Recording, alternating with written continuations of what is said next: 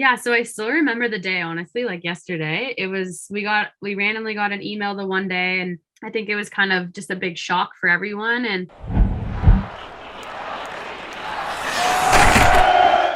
What's going on, guys? This is Brian from Advancement Hockey Advising here, and today we have yet another special women's hockey edition here where our lead women's advisor, Shali Goudreau, is going to be interviewing Victoria Bach. Now, for those of you who don't know Victoria, she's really crushed it in her career. So basically, she got over like a point a game and 2 points per game one season. She really absolutely destroyed it there, and then she went on to go play pro hockey and in the Olympics as well on the women's hockey side. So honestly, a great person to hear from, and I think you guys will get a lot of value out of this interview here. Before we dive into it here, what would this video be without me absolutely asking you guys to destroy that like button there? And if you're new here and if you haven't subscribed already, consider hitting that subscribe button and notification bell so you never miss another video moving forward. All right, guys, without further ado here, let's dive right into the interview. All right, so hey everyone, it's Shali back here with another women's hockey podcast. Today I'm joined with Victoria Bach here. How's it going? hey, I'm good. How are you? Thank you for having me. Yeah, happy to have you here. So I guess we'll get things started and maybe just tell us where you played, where you're from, and where you're at right now. Yeah, for sure. My name is Victoria Bach. I am from Milton, Ontario. I grew up playing my minor hockey. I always played girls hockey from the age of 8 years old when I first started playing. I played in Oakville, so I played for the Oakville Hornets for most of my minor hockey career. I played for the Mississauga Chiefs. I actually started out as a Mississauga Chief, now called Mississauga Hurricanes. And I ended my career playing junior for the Mississauga Chiefs. So it's been a long ride. I ended up going to Boston University. I went there for 4 years. This past season, I was actually centralized with the national team. Throughout my career, I've played on some Team Ontario teams before. I played professionally for 1 year in the CWHL. And now I'm currently a member of the PWHPA. That's awesome. It's a very nice resume you got there going on. So you did mention you played for Team Ontario and also for Team Canada. And I just want to know like what you think made you stand out from all the other participants for getting recruited for those teams at that age. Yeah, I think the most important thing to know is that they're not always only just watching you on the ice, but they're watching you off the ice as well. I think the first and most important thing is to be a good teammate, be a good person. I think that goes a long way. Being a good teammate is super important. And, that comes with having fun. I like to say if you're enjoying what you're doing, you're always going to have fun and be a good teammate. But the second thing I think for sure is just work ethic and habits. Something for me that's been really important throughout my career is it's something I kind of live by is, working hard every day and having no regrets. And what I mean by having no regrets is just leaving it all out there every chance you get, whether that's not only just hockey, whether that's school, making sure that you really put 100% in, because at the end of the day, regardless of what happens, you'll never have any regrets. So I think just, work ethic, working hard, being a good person, the willingness to learn. I think it's important that, when you're in those type of environments, you ask questions if you don't know something, or reach out to someone who maybe's been there, like reach out to a vet. I think that's something I did a lot of this year, just reaching out to the older players for advice. They're there, they've been through it all. And I think that's something that can be really beneficial and super important. Yeah, no, you definitely brought up some really good points too, for sure. Like they watch you off the ice as well. Definitely having fun and asking for help when you need it. So I guess like to build off of that, the discussion we just had. So like, what were the habits that you had when you were younger that helped you become the player you are today? So growing up, I've actually faced a lot of adversity due to my size. I usually always been probably one of the smaller players on the team. So I think from, a young age, I actually started hockey pretty late as well. Growing up, I played a bunch of different sports. I played soccer competitively. I was really big into soccer, but it wasn't until I was around 7 years old that I actually decided that I wanted to play hockey. And it was after watching Team Canada play in the Olympics in 2002. And I still remember this story, and I tell this story because you can be any age. It doesn't matter how young, how old, you can really start playing something that you love. And if you put your mind to it, you can really achieve anything. But I remember turning to my parents and after watching them win gold, and I was like, I want to play hockey. Like, I want to be just like these girls. And they kind of looked at me, like, kind of laughed. And my dad's like, no, like girls don't really play hockey. Like, I don't know, which is funny because he grew up playing hockey. And with some convincing, I got them to take me to Canadian Tire, and I got my first set of gear, and I kind of just never looked back. I mean, I fell in love with the game. And some advice I have for all of you is to just really, follow your passions. I think that's super important. Like every chance I got, I wanted to be on the ice. I wanted to be outside or, at the outdoor rink. At recess, I was playing mini six with the boys, and I just loved hockey. And I think it's really important that, you just work on the areas that you need improvements on. Like for me, for an example, because I was always smaller, I had to make sure I was in the gym at a young age, like making sure I'm strong enough to compete with the bigger, stronger girls. And for me, that was just pinpointing one thing. For me, it was just my speed and my skills, and really mastering that one thing you're good at. In hockey, I mean, there's different roles. Like not everyone's the same player, and I think it's really important that you find your skill, you find your talent, and you really just master it. So whether that's your speed or your shot, just working extra hard to make sure that you're really strong in those areas. No, that's really cool. Yeah. And do you think like having to face that adversity at such a young age definitely helped you like with all your determination and facing further adversity later on? I think I like to use that as motivation for sure. Like I've heard comments, from teammates, from parents, people being like, she's too small, like she's not going to go play NCAA. And I still remember that in like junior hockey, like hearing comments like that. And I was like, okay, well, I might be small, and I kind of use it as motivation to make sure that, okay, I get faster and I'm stronger so I can compete with those girls. But I definitely think throughout life and throughout sports, everyone's going to face some sort of adversity.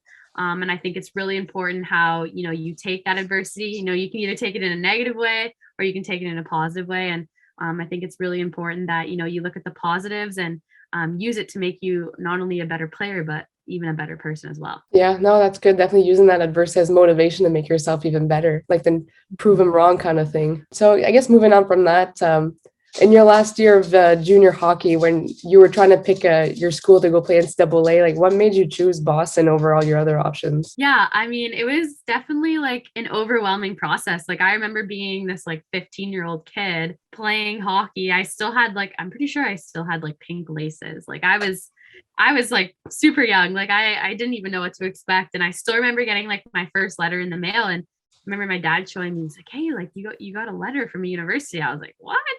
Like, this is crazy. And like, I was actually the first person in my family to go to university. So we weren't really sure what the process was like. I didn't even know what I wanted to study at the time. But I remember my grade 12 year, I actually went to a bunch of schools for visits. So I kind of started to narrow it down. I was like, what school do I enjoy? And I knew for me, like, I didn't really want to go Ivy just from a school, from an academic standpoint. So I kind of narrowed it down to a few schools, and I went for a couple official visits, got a chance to watch the girls play. And hockey was really important, obviously, but also academics as well. And when I went to the city and I visited Boston, honestly, I was looking at BU and I was looking at Boston College. I was looking at both rival schools, but I just honestly fell in love with BU. Such a great campus. I love the city life. Coming from a smaller town too, like going into the city, you're like a little overwhelmed at first. You're like, holy cow, like this is crazy. And you'd see someone, then you would never see them again. And things like that was a little bit overwhelming. But I fell in love with the school right away, went and watched the game, saw the band. We had an incredible band for all 4 years. And also a couple of my idols played there. And it was going to be a really cool opportunity for me as a freshman to get the chance to play with Marie-Philippe Poulin. So I thought that was also a really cool thing. And one of the reasons also why I chose to go to Boston University. Yeah, that's definitely something that'll stick with you forever, really, like playing with one of the best women players in the world. For sure. But yeah, no, I was actually talking to Tash about why she chose Boston, and she felt like it was a small town inside of a big city at the university. So it's pretty cool. It's a really nice school. Yeah, it really is actually. She nailed it. Like our athletic community, I think there was, I'm not sure how many, maybe close to 400 athletes or something at BU, but all of us were pretty tight knit. Like we would all go support each other, watch each other's games. And I just thought that was a pretty cool community to be a part of, knowing that, it's not just hockey, it's other sports as well that are involved. So it's pretty cool to build those relationships. Yeah, really cool. So I guess moving on from your career at Boston, you got into the CWHL and you played for Markham.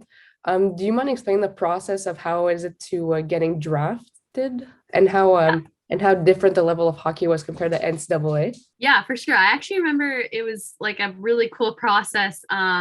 I didn't really know what to expect, but there was 2 drafts that year.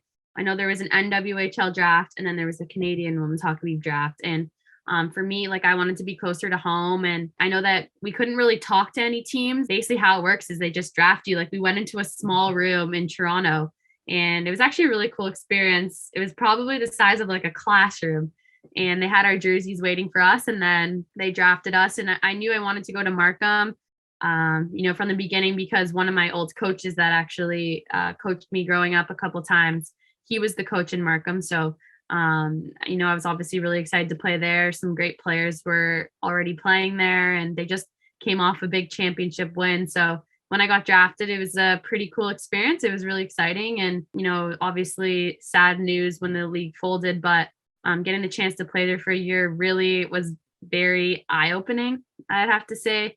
You come from NCAA where, you really are treated top of the class. Like, you really do get treated like a professional, and you have everything kind of laid out for you, to going to the CWHL, and little things like going in a locker room and, not even having tape, or not even having a skate sharpener or a trainer half the time, or little things like that. It's just like very overwhelming. And it was a big shock for me, for sure. Oh, really cool. So you didn't mention saying you chose to stay in the Canadian Women's Hockey League, as opposed to going to the now the PHF, the NCAA, or the NWHL, sorry. But were there other reasons why you picked Markham instead of New York? Yeah, at the time, being away from home for 4 years, I think it was really important for me to go back and, play with the best of the best. Like, there was already, like I mentioned, a lot of girls that were playing in that league. And I thought it'd be really cool to play with some of my idols, some of the up and coming, and to see all the girls that were already part of the national team playing in that league. I think it was only beneficial for me to get the chance, like I said, to play with the best of the best every day, compete, and also being on their team. Like I mentioned at the very beginning, learning from, them. And I wanted to be closer to home, and wanted to play with some of the other, national girls. That was really good. That's awesome. And how different would you say the level of hockey is compared to NCAA and the professional? Yeah. So for me, it actually took me probably around like 10, I would say close to 10 games to get kind of it really under my belt. Like, it was just like, I would say the biggest thing was speed, like the speed of the game. Like, in NCAA, you have a lot more time, and you can get away with a lot more things. So going to the CWHL, I think, you're always pressured, like not as much time as a forward, even like little things like, coming down on rushes, they're on you quick, and they're looking to pop your six. So I think the biggest thing for me was just speed, and also the physical aspect of the game as well.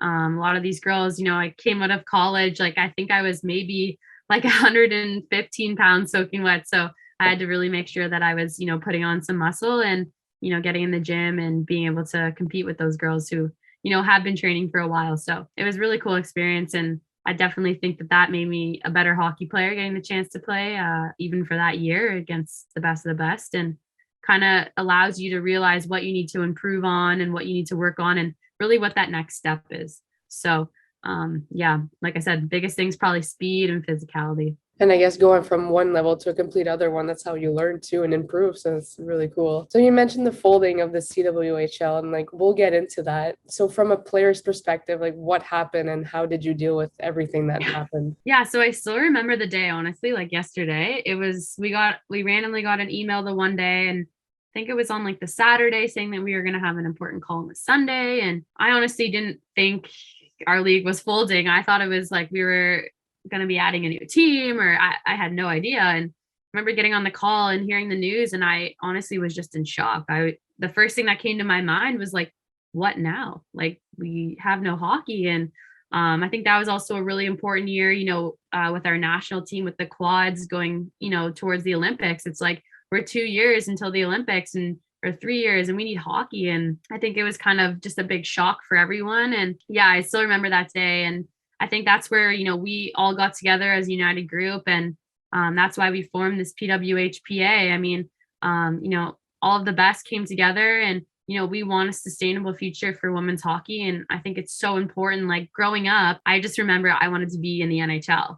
And it's kind of all I knew. Like every 4 years, yeah, you get to watch, the girls play at the Olympics. But, aside from every 4 years, we're watching the NHL. And I was like, I want to be like Sidney Crosby. And, I think that's something that's so important for me, is that these young girls coming up, they have female role models that they can look up to. And, they can want to be this player and aspire to play in this league. And I think that's just so important. I mean, visibility is really important for us. And that's one of the reasons why we're really excited about the PWHPA, is in hopes that girls can grow up and, be a professional hockey player. Yeah, that's great. Like, I also remember that day was actually really heartbreaking for like women's hockey. Like, sure, there's like the NWHL, but having something Canadian also felt cool as well. So it's really sucks, yeah. but it's great that the PWHPA got created to create more sustainability, like you mentioned. But we'll get into the PWHPA later.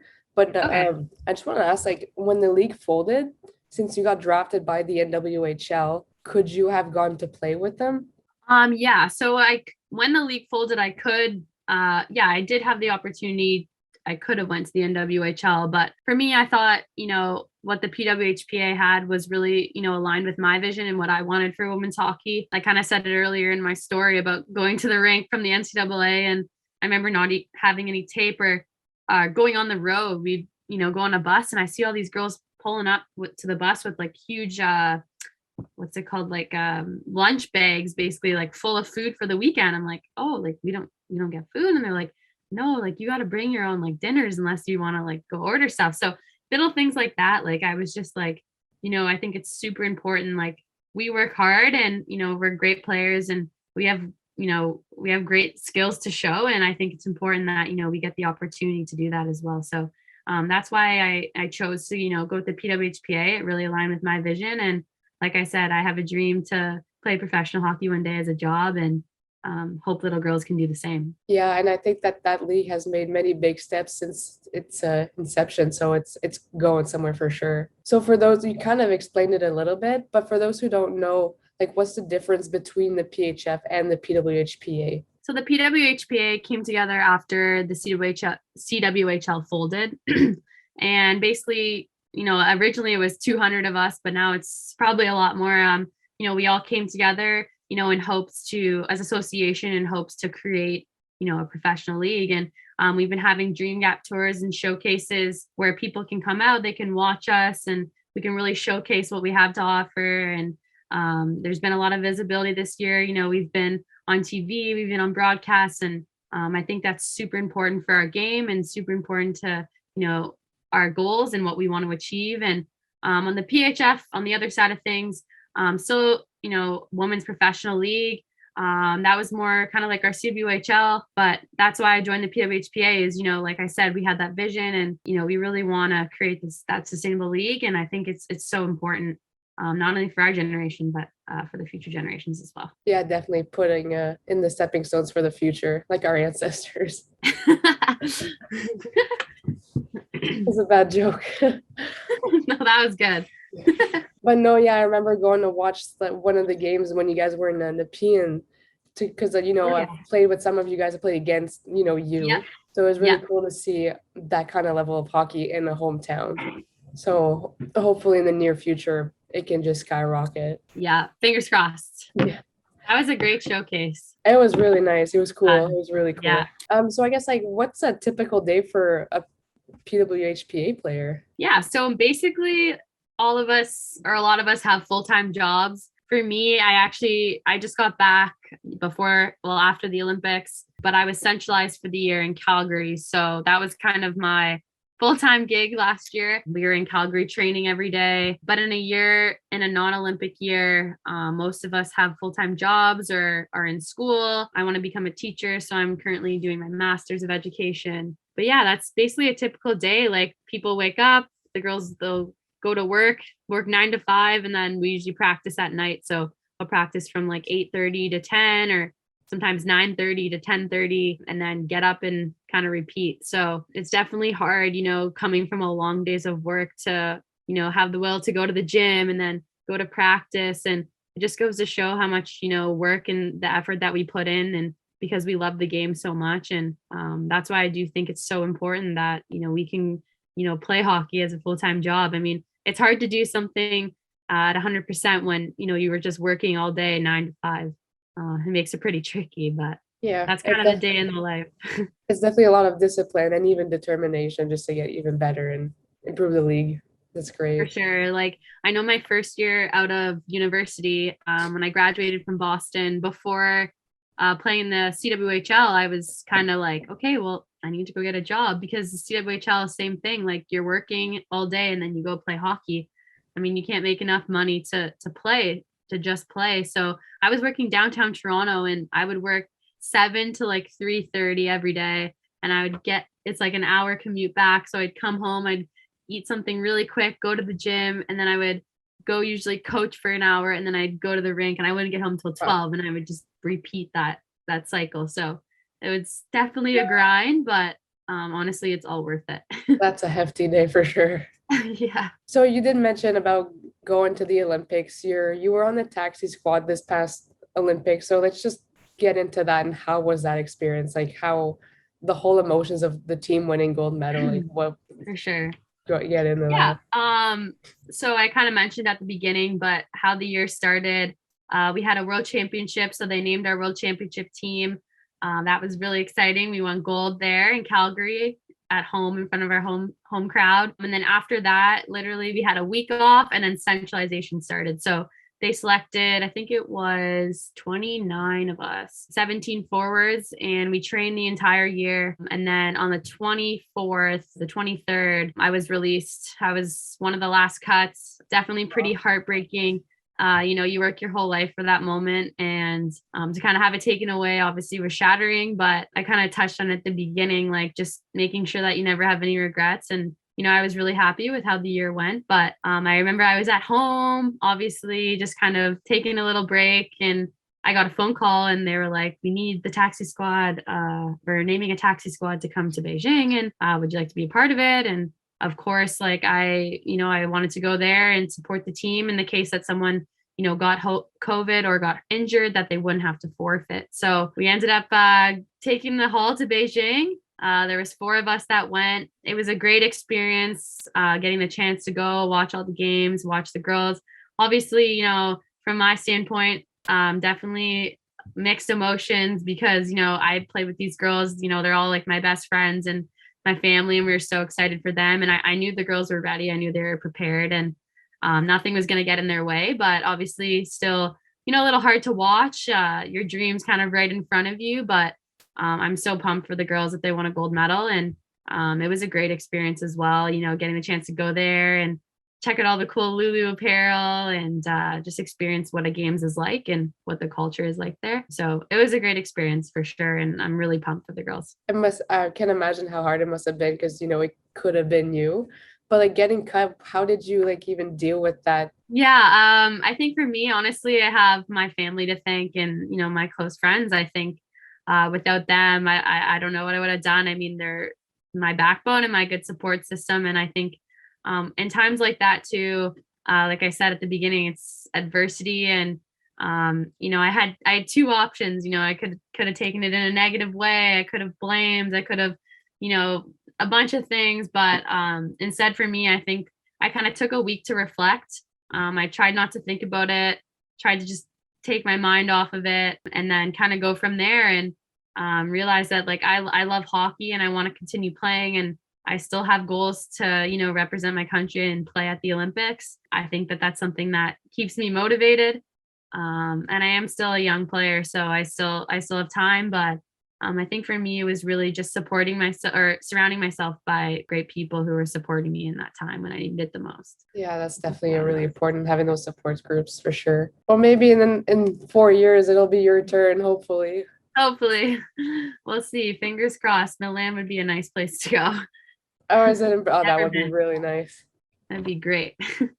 I guess like on that topic of like traveling places, like where was the nicest place you've been with the teams? Ooh, the nicest place. Oh, that's such a hard one. But I honestly would probably have to say my under 18 year, I got selected to play at the World Championships.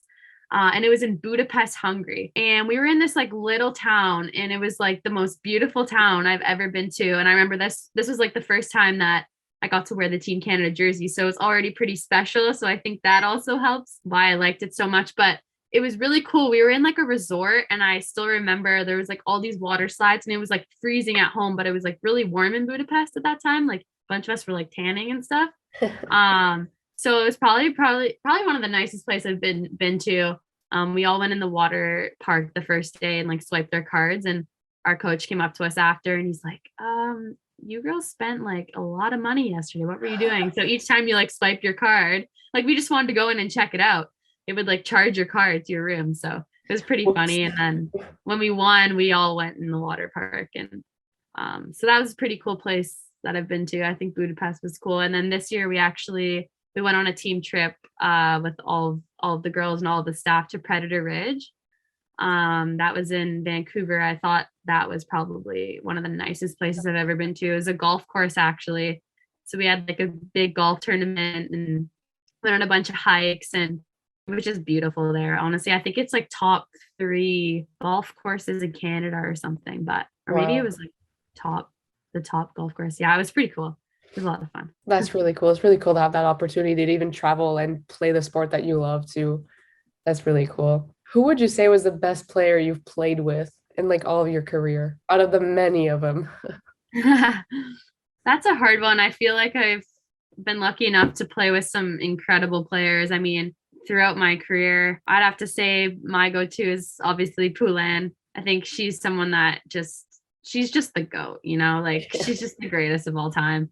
But not only is she the GOAT, but I just think she's such an incredible person as well. You'll never meet a more humble person, I like to say. She was just walking down the street. You wouldn't know she's Poulin, which I think makes her so special. And she's probably, I remember my freshman year at BU getting to play with her. Like she taught me so much. I would just study what she did and watch her, and even her work ethic off the ice. I mean, she's the hardest working person in the gym and on the ice as well. So that was a pretty cool experience. She's probably my favorite player I've got to play with. Yeah, no, I'm actually pretty jealous of that. It's really cool. I mean, even like as a goalie, I still think that she's probably one of my favorite players as well. Yeah. So as a goalie, you're like, she's coming in clutch for me all the time. I would not want to go against her at all. I'd be like, you know what, just have the nets. Yeah, here you go. But I think I know my answer for the next question, but like, who would you say is the best leader that you've played with? Yeah, I would probably say, Mary as well. But when I played in Markham, actually, I played with Jocelyn Larocque, and she's someone that honestly I think is one of the most incredible leaders I've ever got the chance to, speak to. She's just such a great person, and she's been such a good role model to me, and she's really helped me throughout my career. And I know she's someone that you can always go to.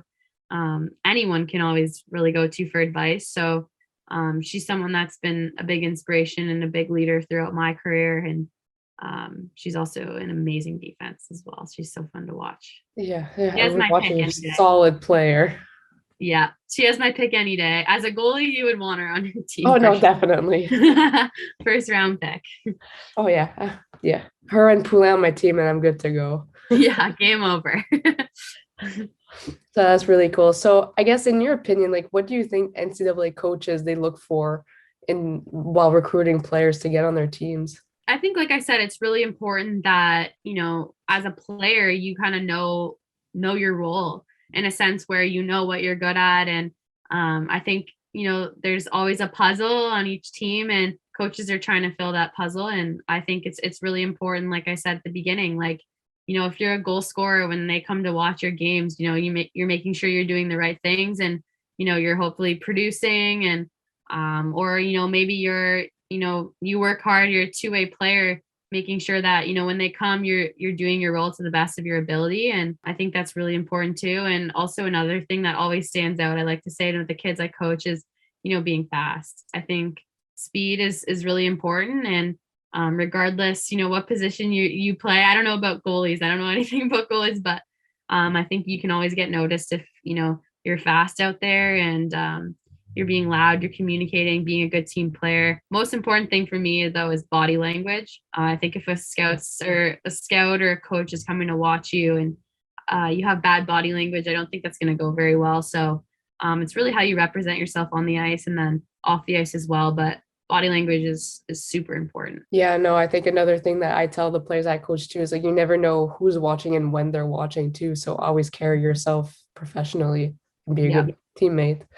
That's very for cool. sure. And do you think those things are different from what PWHPA coaches look for? I think it's all the same, honestly, at any level, even when you get to the professional level, you get to the national team. Body language is the most important. And like you said, you never know when somebody's watching, even at that level. It's the little things, it's the little details that are going to get you there because everyone's just as good. Everyone's stars. I know, like when you get to the national team level or you get to Team Ontario, it's the best of the best from every team, and it's really those little details, those habits that are going to set you apart. For sure. No, that's great. You've mentioned a little bit earlier that you were looking to get your master's in education, but like if you don't mind sharing, what's your next step or your goal in your like hockey career? Yeah, for sure. So for hockey, obviously, I'm really hoping that we can have this professional league that we can play in, and I think that's kind of my next goal, to get the chance to play the game I love, and obviously after kind of a high and low year, get back to playing the game and enjoying the game and loving the game. I think that's really important for me. That's the first thing, and second thing, obviously, is still having my mindset on 2026.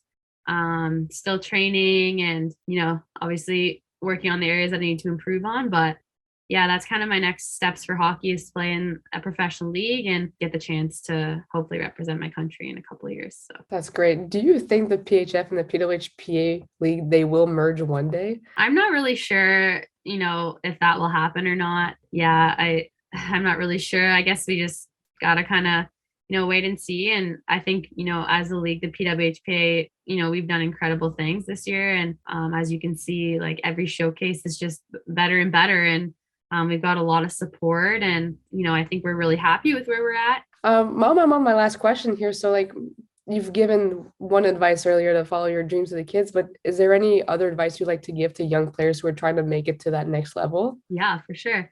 The first thing I like to always say is, no dream is too big. And I like to say the most important thing is to have fun. I think a lot of times, when you're younger, things get competitive and, you're trying to make teams and it's stressful at a young age. And I think, out of it all, the one thing that you'll always remember is the memories that you made. You'll always remember how people made you feel, and you'll always remember, those fun moments you had, the championships. And that's why I think it's so important just to cherish every moment that you have and every chance that you get to go to the rink, kind of make it like it's your last. If it's a practice, every chance is, and every day is a new opportunity. And I think it's really important to work hard. And I know I mentioned it earlier, but have no regrets. I think that's really important because at the end of the day, if you gave it your all, you'll never have any regrets. So have fun and enjoy every moment and work hard, and you'll be happy. Yeah, I really like to emphasize on that have fun because I think a lot of people they get lost in the whole competitiveness and making it being better and stuff. But at the end of the day, you play because you enjoy it, right?